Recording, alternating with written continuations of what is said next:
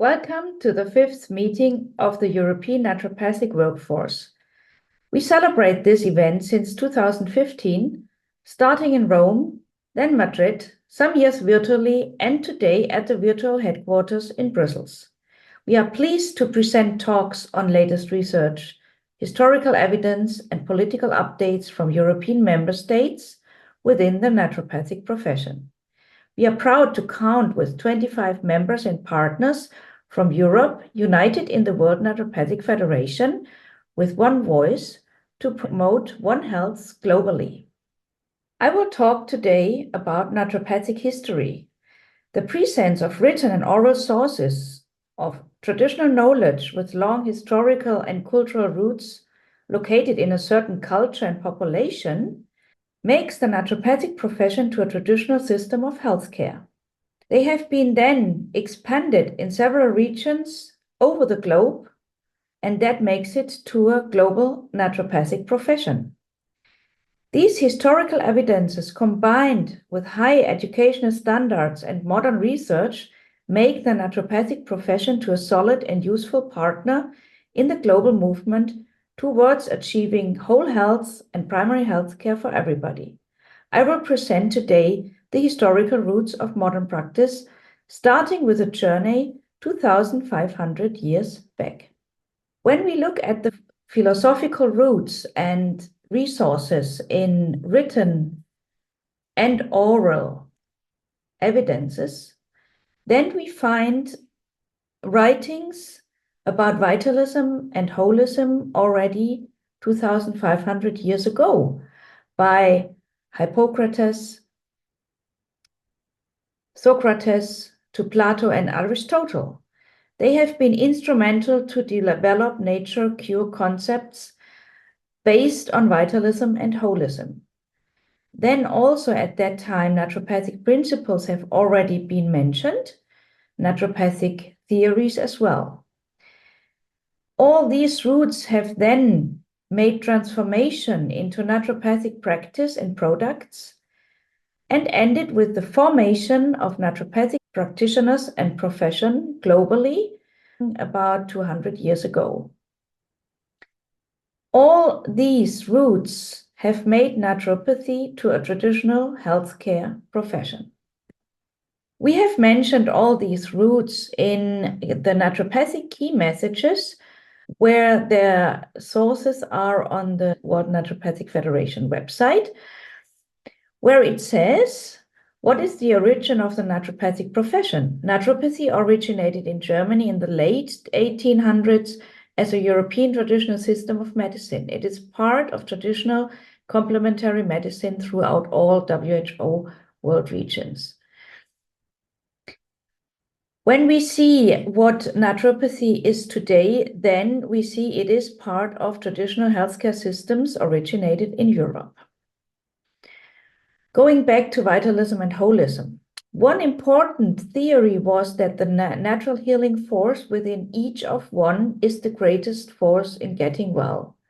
So this was then the philosophical vitalism related to health. Then health depends on balances of four elements, body and soul. These theories and philosophies have been made a holistic view on health and balance between all parts of human being. When we see the principles rooted in old Greece, then we read in the writings of Hippocrates and Galen, they have already defined primum non nocere in citations like make a habit of two things, to help or at least to do no harm. The vis medicatrix naturae has been mentioned in a citation of the physician treats but nature heals. Tolle causam was mentioned as disease is caused by natural reasons, or all diseases starts in the gut. Tolle totum, healthy mind in a healthy body, healthy modus vivendi, was described profoundly by Hippocrates and Galen. They also have mentioned prevention as an important part of staying well. So the greatest medicine of all is teaching people how not to need it. Just mentioning these citations show that our naturopathic principles go back a long time.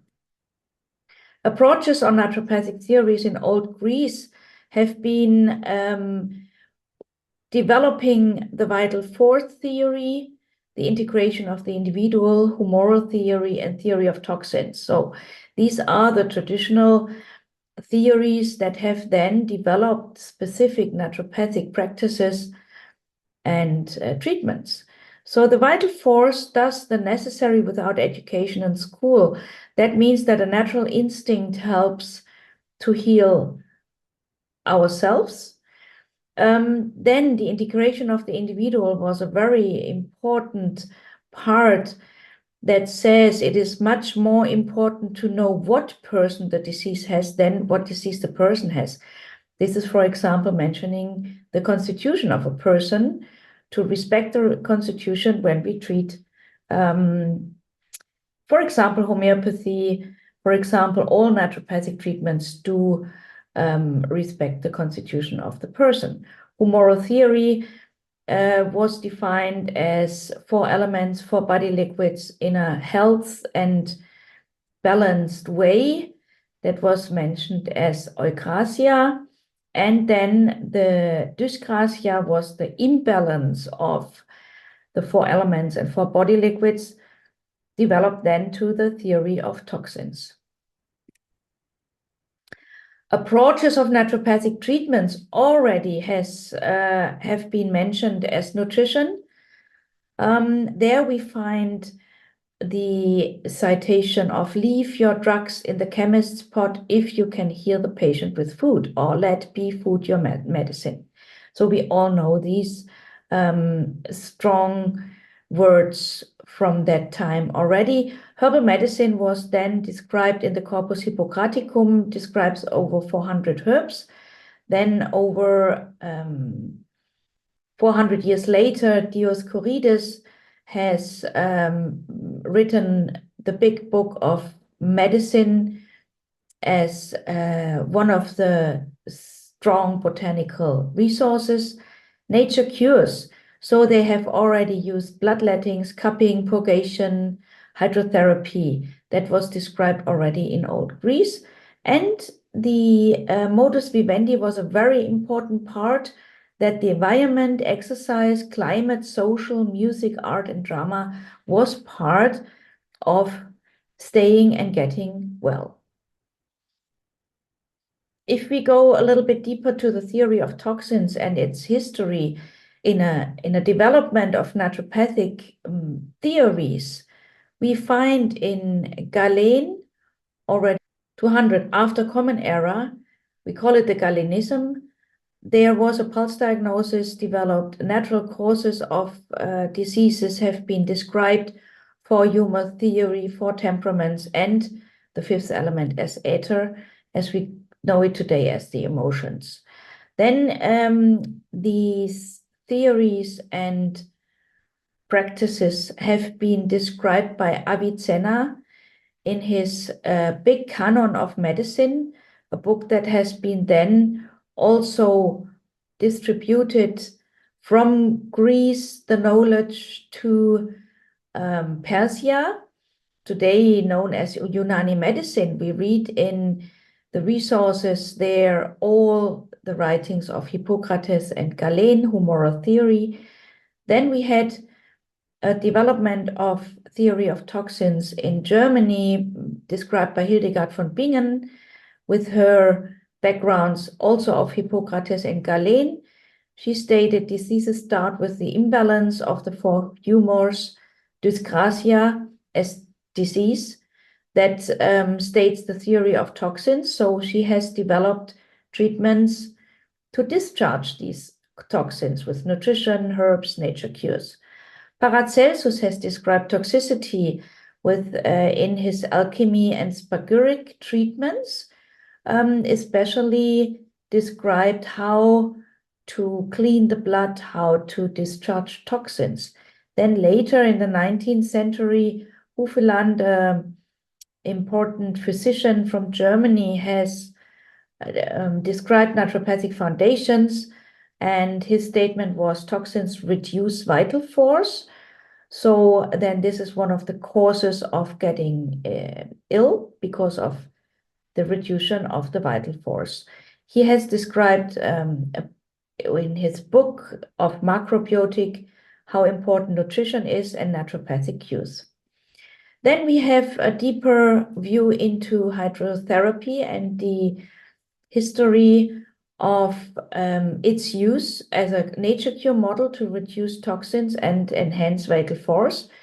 We have already the writings of Sigmund Hahn in the 18th century and his son Johann Sigmund Hahn that describe important effects of water as a healing stimulus. Then we all know Vincent Priesnitz from Austria. That time Austria has prescribed hydrotherapy as an important naturopathic treatment. Also Johann Schroth, who knew each other very well, Vincent Priesnitz and Johann Schroth. We all know Schrothkur and the sanatoriums of Schroth in Europe, widely expanded until modern times. Then we had Sebastian Kneipp prescribing his water cures. Theodor Hahn, also a naturopath from Germany, has described nutrition and water cures as a whole treatment. And then Louis Kuhne was a big and famous naturopath who described hydrotherapy and the reduction of toxins as an important healing path. If you go a little bit deeper, so we see the family Hahn, Sigmund and his son Johann Sigmund Hahn, known as the water Hahns in Germany, because a water tap is in German Hahn. So they have been German physicians and hydrotherapists, and they have written a book, Die Unterricht von Kraft und Wirkung des frischen Wassers in die Leiber der Menschen. That means the force and effect of water in the human being. We find important information there on the effect on water stimulus. Then Vincent Priesnitz has mainly used cold water cures, fresh air exercises, and he was stating all that in his book, The Cold Water Cure. Sebastian Kneipp, we know all his big writings in several languages translated. Hot and cold water cures with nutrition, herbal medicine, physical exercises, mental health, and so on.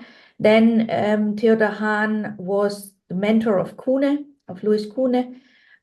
He was combining water cures with vegetarian diets and influenced by macrobiotics. So his book was the Naturarzt, Der Naturarzt.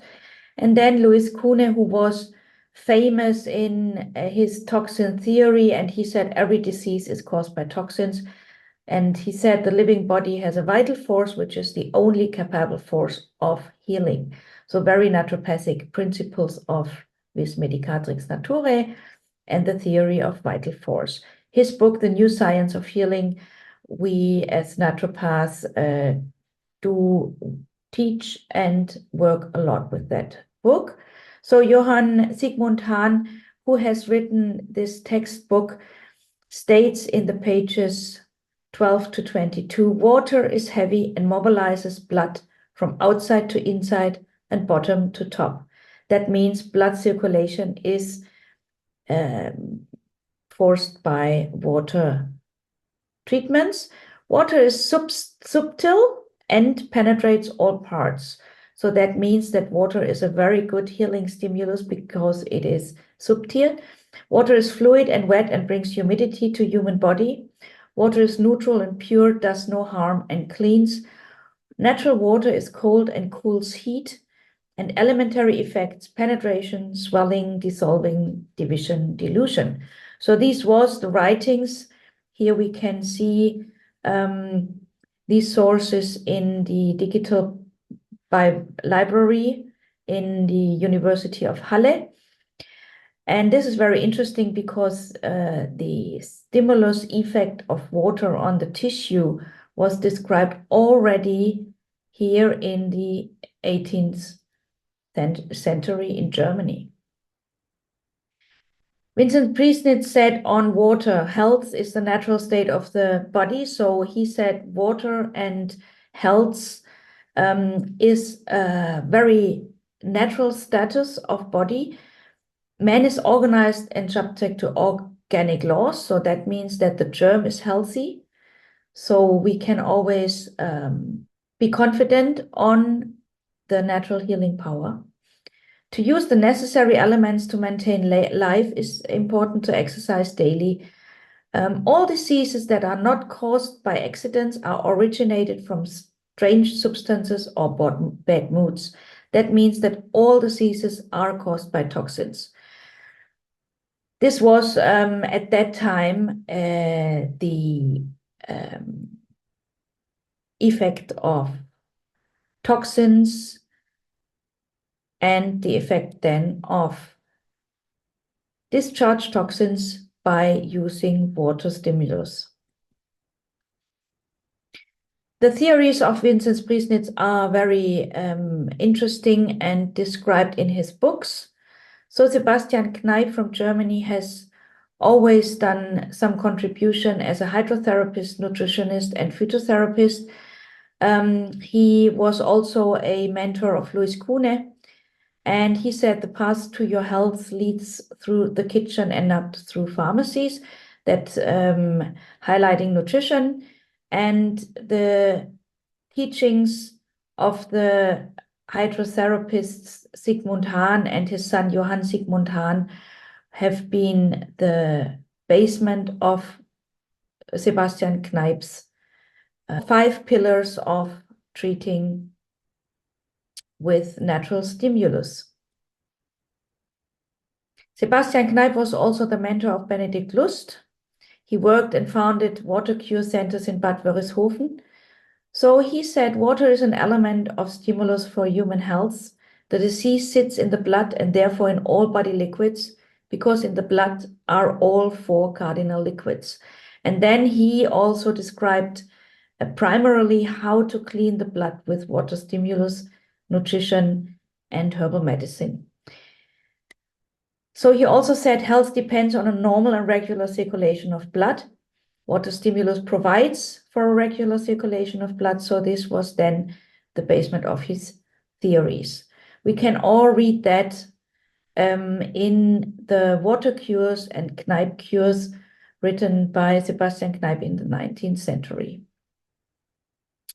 If we look at the 5 pillars of Kneipp, it is very much naturopathic.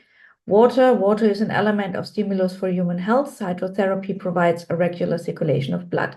So herbs do have the best sources, is the best pharmacy. Nutrition was mentioned by him, exercises, and balance, everything in its time and everything to the right extent. So balance of body and mind. Theodor Hahn was mentioned before as a hydrotherapist, but he was also a naturopath and pharmacist. He followed the theories of Hufeland's macrobiotic, Kneipp's nature cure concepts, and Raus's hydrotherapy. So he was the forefather of Louis Kuhne. I'm mentioning that because they were all responsible contributors to expand naturopathy globally, because then their theories and traditional knowledge was brought to other world regions. He was writing the Naturarzt and Hahn's Water Doctor, and also books about diet and nutrition. Louis Kuhne was a very important contributor and representative of naturopathy. He was a German naturopath from the 19th century, hydrotherapist and nutritionist. He was a student of Theodor Hahn and of Rause, both very important contributors to that path. He also, Kuhne, was teacher of Acharya Puja Venkana Ramai, an Indian doctor that was then taking the theories of Kuhne to bring it to India. His theory was every disease is caused by toxins, and the living body has a vital force, which is the only capable force of healing.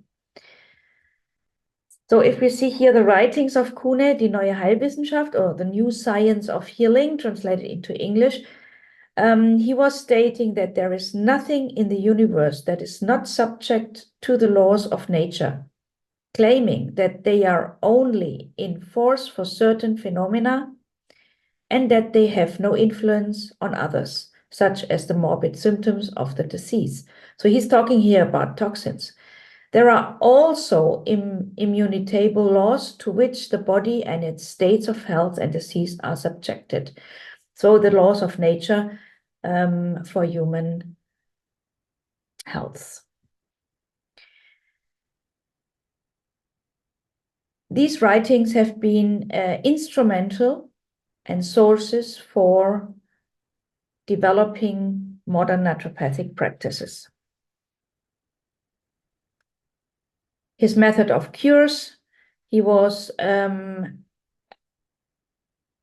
spreading his method of cures not only in Germany, but also in European countries, and then to Asia, Africa, America, Australia as well.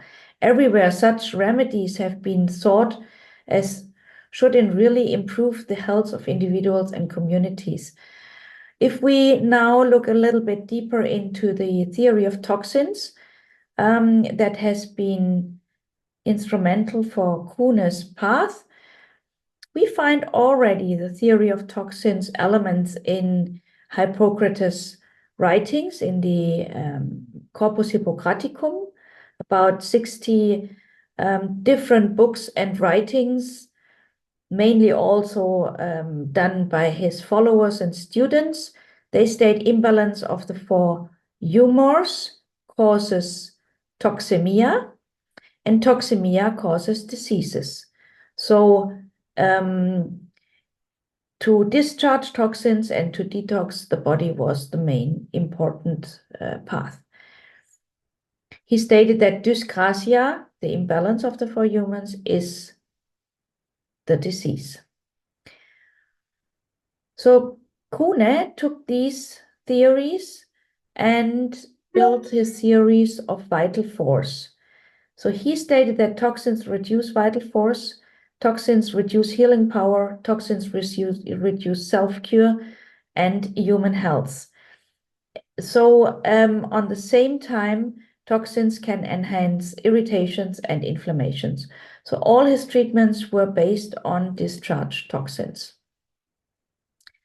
If we see the expansion of naturopathy then with these roots, traditional roots, then we see that the history of naturopathy starts in Europe. The original naturopaths prior to the 19th century from around the world were trained by European doctors. So this is an excerpt of the World Naturopathic Federation report published in June 2015. And it describes the way of naturopathy on a global level. If we see the global naturopathic expansion,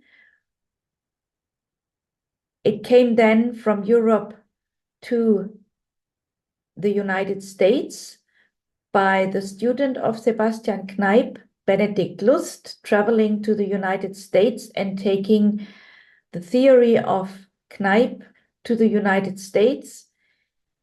Benedict Lust then formed a university, a naturopathic association, a naturopathic journal. He translated all the theories of Kneipp into English, and from there its expansion to other world regions.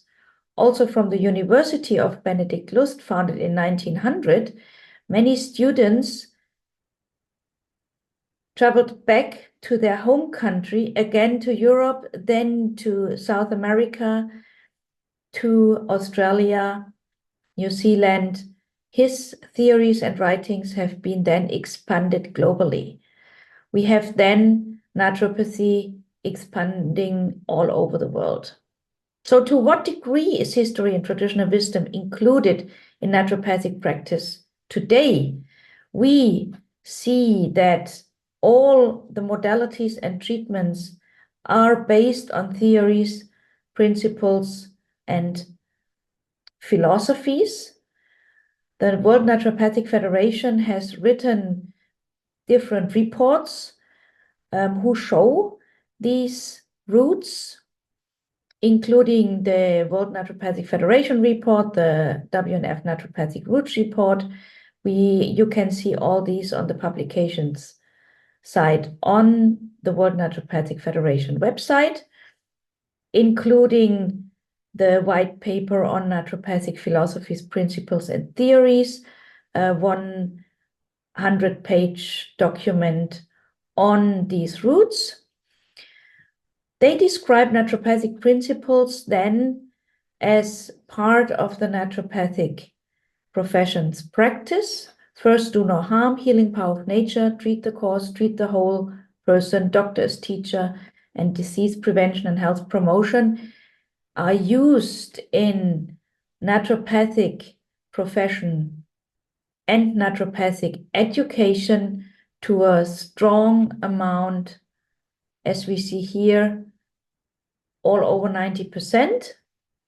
We have seen naturopathic theories and philosophies used in the naturopathic practice and naturopathic education as a strong vital force integration of individual naturopathic cures and so on.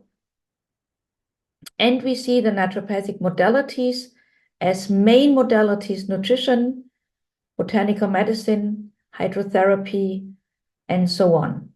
And we know the sources and resources on written and oral references have been done and developed as long history. Here we see a quick historical timeline of naturopathic philosophies, principles, theories, and modalities. Here we see starting 600 before Common Era with Thales of Miletus, philosophers who have discussed vitalism and holism. Then we see around 0, so before and after Common Era, we have writings on herbal medicine, nutrition. Then the journey goes on with writings about humoral theory, alchemy, spagyric, hydrotherapy. We see all these treatments developing, nutrition and herbs as one of the first and most common used until today. Then the journey goes over the United States. So this is now a global view, as we have published in the white paper on naturopathic philosophies, principles, and theories, referenced then later in the list. Here is some of the literature list I have used for this presentation. If you have any questions, please feel free to reach out.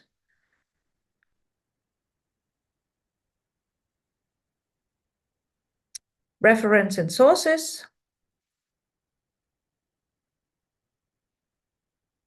used in this presentation. I wish you all the best. Bye-bye.